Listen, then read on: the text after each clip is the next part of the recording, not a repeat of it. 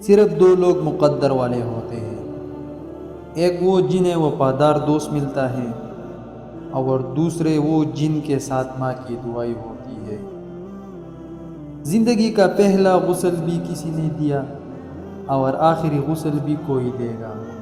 اتنی سی اوقات پر اکڑ کیسی اے انسان۔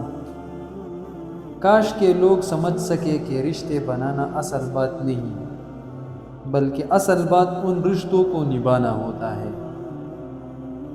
رشتے توڑنے کا مشورہ تو کوئی بھی دے سکتا ہے، مگر رشتے جوڑنے اور نبھانے کی ترغیب کوئی باشعور شخص ہی دے سکتا ہے۔